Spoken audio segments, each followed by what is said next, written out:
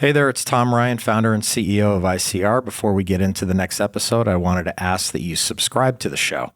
It'll help us get even more unique and interesting guests on the podcast and in turn continue to educate management teams and the growing ecosystem that creates value for fast-growing private and public companies. And while you're at it, head over to Apple Podcasts and leave us a 5-star rating. Very much appreciated.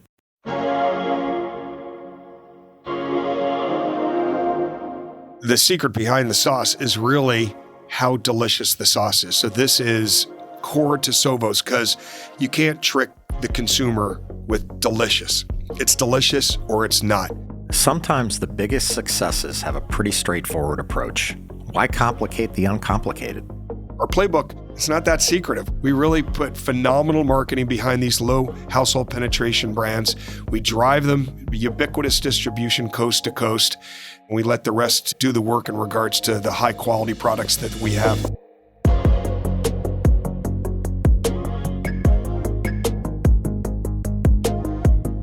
Being a public company can be hard. Small missteps can have outsized consequences. I'm Tom Ryan, founder and CEO of ICR, and over the last 20 years, we've helped thousands of companies understand and navigate the stock market and the media. We'll demystify these and other increasingly complex stakeholder groups so you can focus on what you do best, building your company and unlocking your true potential. This is Welcome to the Arena.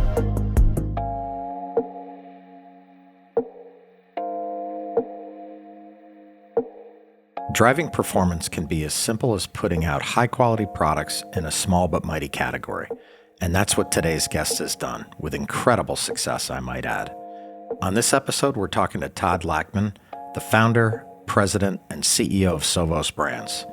For 25 years, Todd's delivered growth and value creation for some of the biggest names in consumer packaged goods.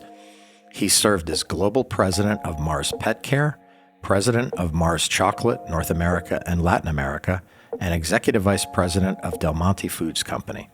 He also held senior management roles at H.J. Heinz after moving up the marketing ranks at Proctor and Gamble.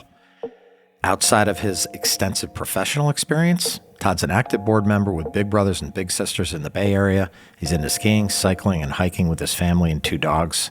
I managed to tear him away from his busy life for a conversation about how he built Sovos Brands into the huge success it is today and what made him start the company in the first place. Let's enter the arena with Todd Lachman.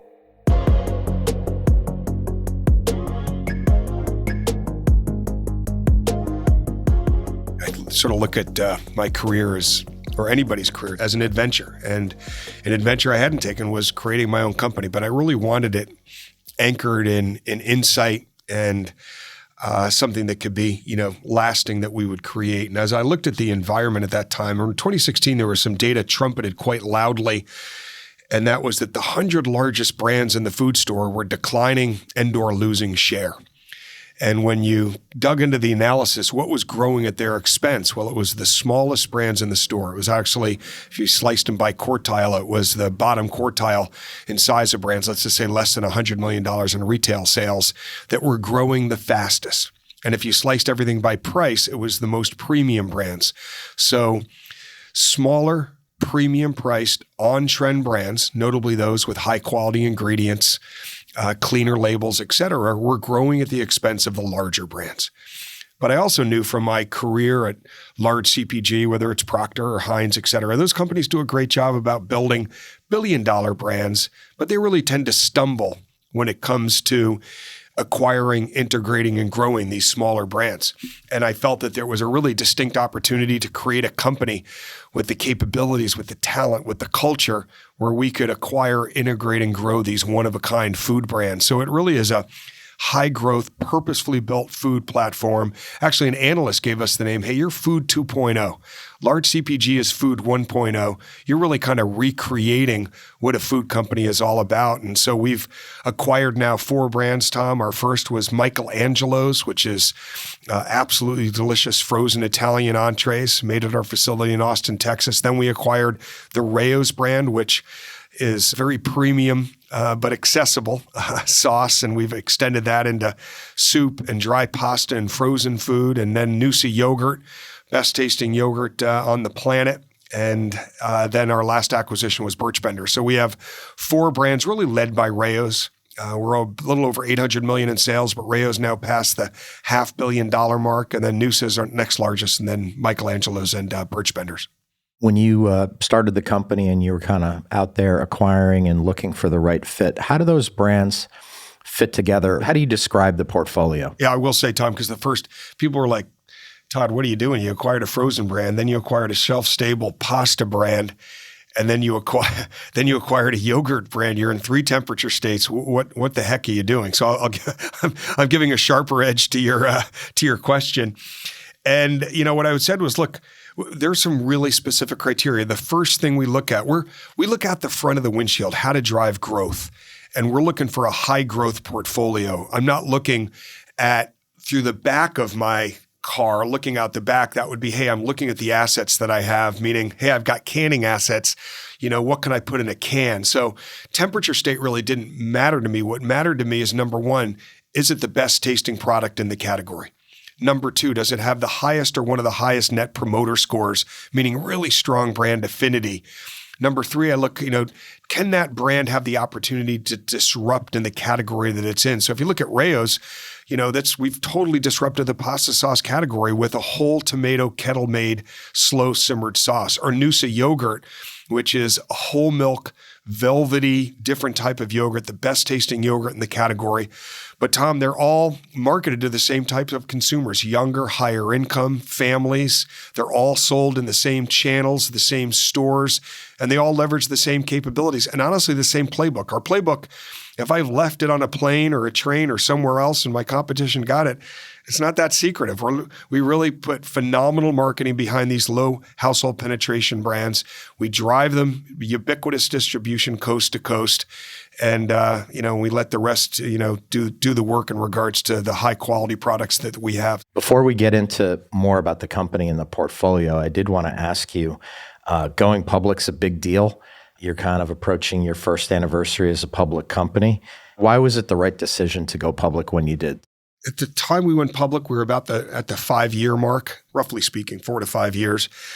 And, it was just the right inflection point for, given the state of the market, which at that time was a good time to go public in September of 21. I'd say from a shareholder perspective, Advent International, which has been a great partner of ours, private equity firm, primary backer, and, myself, Bill Johnson, our chairman, other, key shareholders, it was the right time to, at the inflection point to create value for the shareholders and have our next step in our journey. It was the right time to go public.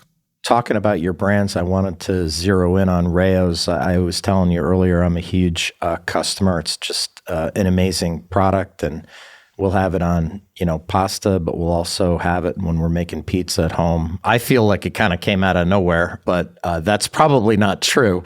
Tell us about the brand and what's really been the secret behind the growth of that brand. The secret behind the sauce is really how delicious the sauce is. So this is, I'll just start at the core point, and that again is core to Sovos, because you can't trick the consumer with delicious. It's delicious or it's not. And so if I fundamentally look at my portfolio, delicious food for joyful living is actually our sort of vision internally. And Rayo sauce is absolutely delicious. It's different. It's made like homemade. It is whole tomatoes. It's olive oil. It's 3 or 4 other simple ingredients, slow simmered in kettles, and then put into a jar. So it's why a lot of Michelin chefs, some have come clean, some have stayed anonymous, and they say that Rayo's is the sauce that they use to fake homemade for a dinner party. And, so that is the core. Absolutely delicious sauce made primarily in Naples, Italy. We have about 20 kettles over there. We have 10 kettles now in the U.S. made the exact same way with the exact same tomatoes. But you're right. I mean, it did somewhat come out of nowhere. When we acquired the business in July of 2017, it was about $65 million in net sales. On an LTM, last 12-month basis, at the end of Q3, the Rayo's brand is now about $510 million in size. So it's about 7, X plus in the size that we have it in. And why is that? The first is that we've driven ubiquitous, coast to coast national distribution of the sauce. You can really buy Rao's sauce everywhere. We have extended that Rao's sauce. You can buy Alfredo sauce. You can buy new versions of the pizza sauce, which we talked about. You can get it in large sizes. You can get meat sauces. So we've really kind of exploded out the opportunities within sauce itself. But even then, Tom, we're in only 12% of households. So 88% of consumers that shop in the store, did not purchase Rao's over the past 52 weeks. And it's why, we spend well over $20 million in marketing on the brand today. When we purchased it, they were, it's basically spending a few $100,000. So, what we've also done to drive that brand, further is you can get Rao's soup. You can get Rao's dry pasta. We're leveraging our frozen capabilities that we acquired with Michelangelo's to launch Rao's into frozen as well. And we are launching nationally, drum roll please, frozen pizza in 2023. So Rao's will be in the frozen pizza section of the stores by mid-2023. You have talked about a lot of the new products and innovations that you're doing with Rao's, and you've said publicly, it's well on its way to being $1 billion brand. What kind of gets you to that $1 billion? What helps you cross that mark? Kind of stuff that people don't see, but that is important to investors to know. So number one, to get to $1 billion is to continue to grow sauce. And sauce is actually the biggest building block to get to $1 billion, while it has also been the biggest building block to get to $500 million. And that's because the market leaders are all in over 30% of households. Now, we understand at our price point, we're not going to get into 30% of households, but we just get to 20% of households, and we're in 12% today. That is an enormous building block. And the way to get there is just to increase our average number of items. We have about 12 average items today. Number two is just awareness of the brand. We have 50% awareness of the Rao's business. The market leaders, the other top 4 brands, have 80 to 90% awareness. So we are going to keep investing behind this brand. And that's a great point, Tom, that I think is very differentiated for Sovos this year. First, we're probably one of the only peer of our companies vis-a-vis our peers that's growing net sales. So we're up about 16.5% on an LTM basis. That was about our same growth in Q3.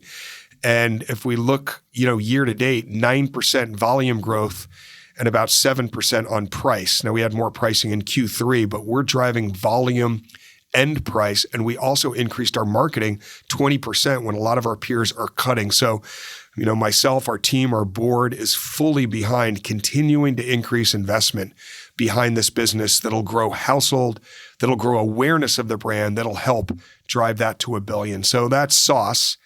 And then really continuing to grow. If you look at soup and dry pasta and frozen, all the fastest growing brands in those categories of the top 5 to 7 players, but they're all less than a 2 share. So a lot of room there. And then the next building block would be frozen pizza and another new launch.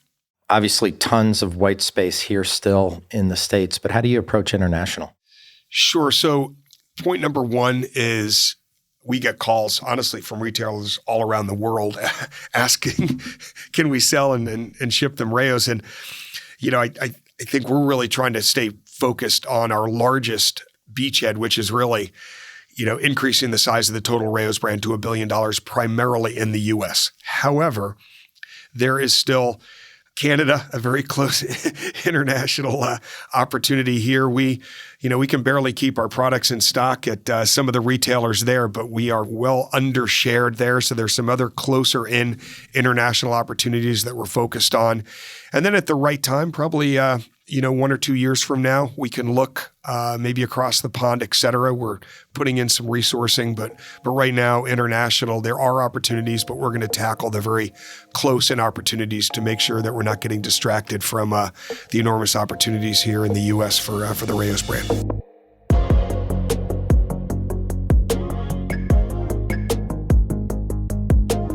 With inflation, a war in Europe, and COVID disruptions, it's no secret that this is a tricky environment for premium food brands. I asked Todd about how his team approaches pricing in this environment. Well, let me take a step back. Just to reiterate, the operating environment now and over the past year plus 2 years, whether it was the COVID demand surge, which flowed into the supply chain disruptions, which flowed into inflation, has been very challenging. I would say, though, we have assembled a team. Granted, I'm biased, but it is second to none. And our number one guiding principle is tenacity and courage. And we have a team that's energetic, that's passionate, that's tenacious. And we look under every rock to make sure that we're offsetting this inflation, and we're dealing with these intermittent supply disruptions, in a way that is differentiated vis-a-vis our peers. We have made sure that we've prudently taken price where appropriate on our brands as one of the key levers to help offset price, but not the only one. I mean, you've got list pricing, you've got trade promotions, you have productivity initiatives, et cetera. And we are, basically have a full suite of initiatives that we're using to offset. I mean, so, this year, despite the double-digit inflation that we're facing, we are still reiterating EBITDA within the range that we've guided to, and that would be, flattish or ever so slightly up versus prior year, despite that inflation that we're facing with some pretty significant top-line growth. We talked about input costs rising and all of those things, and you can only offset that with price to a degree. What are you doing to kind of insulate the P&L to some of these shocks that are coming along? What are the buckets of areas where you think you can improve efficiency-wise? Sure. I think, automation is always, an area, and we have opportunities, at our facilities through automation, and driving better efficiency in our plants is a key area. Looking at packaging, and you look at, some of your input cost and how can you, redesign products in a way that actually make them better and taste even better, but maybe are designed in a way that, the total cost of those products, helps offset where we were before. And the one area too that I wanted to highlight was with all the supply disruptions going on, one of the areas that got hit was just the core ingredient that's used for the foil for the top of our Noosa products. And you had the raw material, the aluminum that was somewhere stuck out to sea, as a lot was, like, delayed in these ports on tankers. And, we wanted to make sure that our customers were in stock. So our team came up with the idea, chartering a cargo plane from Shanghai to Toronto, where the key supplier was, filled with the raw material that they could then use. And our supplier, which actually is one of the core suppliers to a lot of others in the yogurt industry, said, "You know what? You're one of the smallest players we work with, but we work with almost everybody. You're the only one that's come with the idea of chartering a plane and with the raw material." But, it's hats off to our team. They are nimble, they're tenacious, they're looking for anything we can do. So, in 2020, we won Supplier of the Year for Whole Foods and Vendor of the Year at Target. And the primary reason was that we were able to keep our retailers in stock better than our competition. And we like to say we're David going up against Goliath. We're a smaller company. We're going up against these. So our mentality and the way we operate and our culture needs to be different. We need to make decisions faster, and we need to be more nimble in order to compete effectively and win in the categories that we are. I think that's so badass. And no one gives any thought to that foil over the yogurt, right? But Exactly. The team was like flying that over to make sure that it was on the shelves is like pretty gratifying, and speaks to the tenacity of the team for sure. What's your thoughts on how you allocate your dollars across the portfolio and like innovation and all of that? How do you and the team think about R&D and cooking up new products? Innovation's a team sport. So, we have a phenomenal R&D group, but also a great marketing, team, as well as sales and supply. So it's all of those working in concert. The one area that I'd highlight is differentiated, and it's something that, honestly, I've had the point of view throughout my career. And the point is, I believe, and it's a Sovos mentality with innovation, that brands are more elastic in consumers' eyes than manufacturers give them credit for. And so I'll give you an example. And I'm not going to name a brand name, but there's some brands that a manufacturer might say, that brand is soup in a can. And conversely, when we acquired Rao's, I did not look at Rao's as sauce in a jar. I looked at Rao's as restaurant quality Italian cuisine. And every time we acquire a brand, we look to test it in about 10 different categories. The consumer, like the way they operate, they're going to go, wow, I had that delicious sauce. I'm thrilled to try Rayo's frozen lasagna, or wow, Rayo's soup in a jar. So yeah, I think brands are very elastic in a consumer's mind, especially if delivering the brilliant taste that we are with Rayo's. And that sort of drives our mentality. And that's why we just launched Noosa. We tested Noosa ice cream concepts. And part of a reason why we were enthusiastic about acquiring Noosa is that we knew that it would do well in the ice cream category. And we launched the first ever frozen yogurt gelato. We're very excited about that. And we tested Rayo's frozen pizza probably in April of 2017. We knew conceptually that that would work really well. So, I just kind of highlight that because that is differentiated, I think, versus our peers, that we really look at brand elasticity, and that ladders to TAM, total available market expansion, where we've got, if you look at the categories that we're in, maybe we acquired into $20 billion of category size. Today, we're approaching $50 billion of category size that we've now extended into. So we're expanding the pond of where we play vis-a-vis our innovation strategy. Describe the horizontal culture at the company. What does that mean, and how does that help you guys propel the business? To me, old school leadership, that to me is part of the dinosaurs, is what would be called vertical. I call it the star chamber approach, meaning myself and my CEO sit in our star chamber, and my reports are in silos, and I'm directing them in their silo of what to do. And, whether we're David going up against Goliath or whether you're a large company, the right way to run a company is horizontal. So we as a team align on our objectives, our goals, measures, how we're going to run the company. And now that team works interdependently together horizontally to drive decisions. So we're making rapid fire decisions. We're having what I call authentic real-time conversations. We need to be able to deal with conflict. And we always kind of joke, we hope our large cap peers are sitting in conference rooms for 3 days, acting in a very vertical siloed manner. And they are.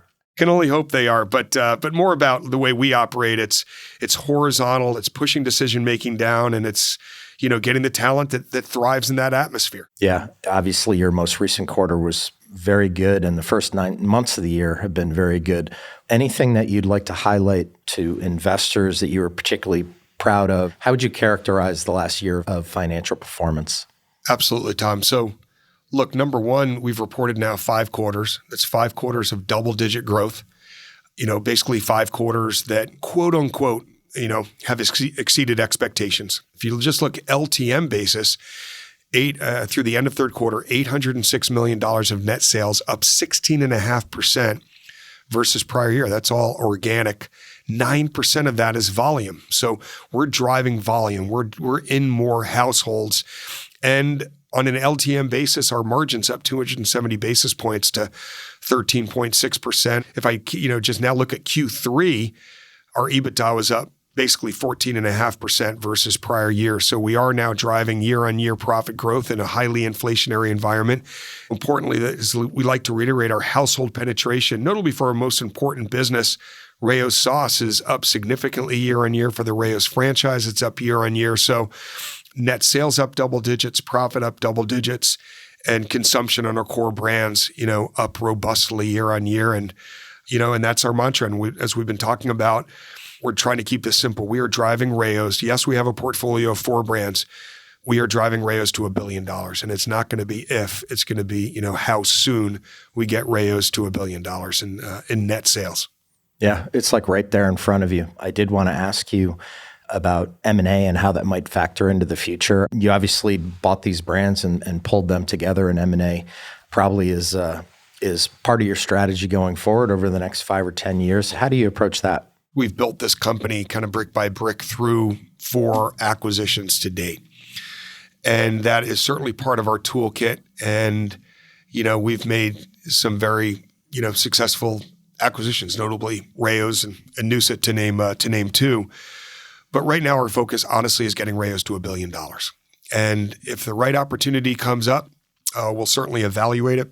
But, in order to manage expectations, we've been pretty clear that, our valuable resources right now are focused on driving Rayo's sauce penetration, continuing to drive soup, dry pasta, and frozen Rayo's, to launch pizza and to ready Rayo's for the next new category launch that maybe we can discuss in about 12 months from now. You have such a cool and impressive background. A lot of CEOs that I see come from the finance side. You kind of come from the marketing side. What advantages did that give you kind of stepping into the CEO role of a public company, and then maybe where did you need extra help in the management team to cover something where you might not have had as much experience?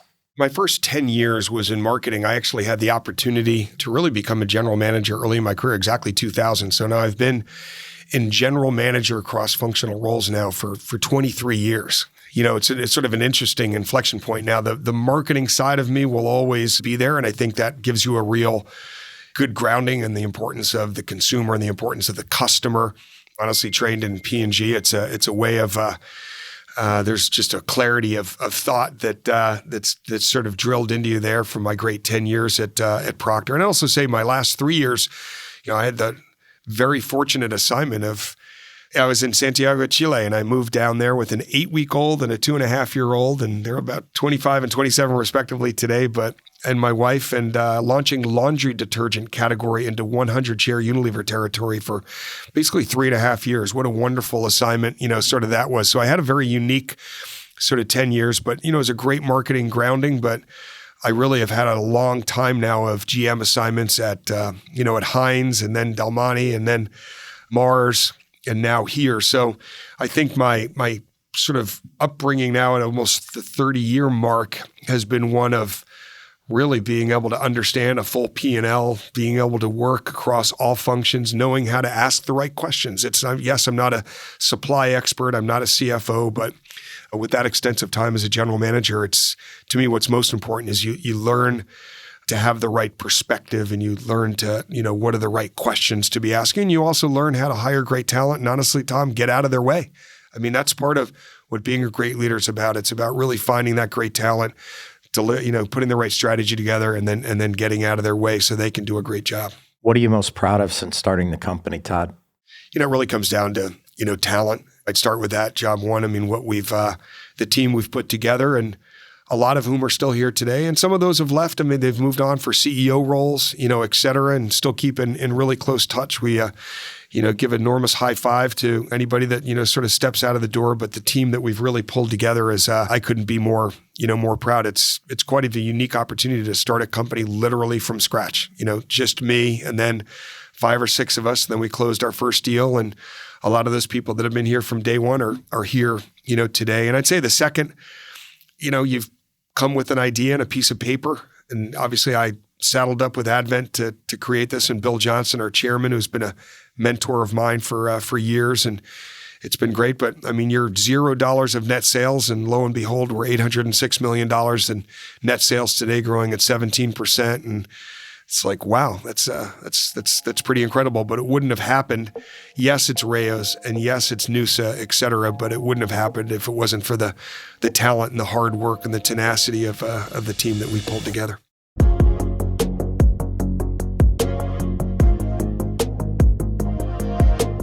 Starting something new like Sovos Brands from scratch takes real grit and a great vision. Todd's got both. He's assembled an incredible portfolio of products and has a long runway for growth. At Welcome to the Arena, we're working really hard to bring you exciting guests and great content. If you found this episode insightful, subscribe to the show on your podcast app and leave us a 5-star rating. The more the show grows, the more interesting voices we can have on the podcast. And in turn, that should demystify a lot of the stakeholders around public companies and soon-to-be public companies. Thanks for listening.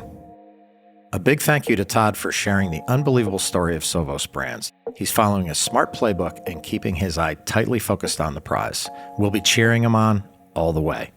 This is Tom Ryan. We'll see you next time back in the arena.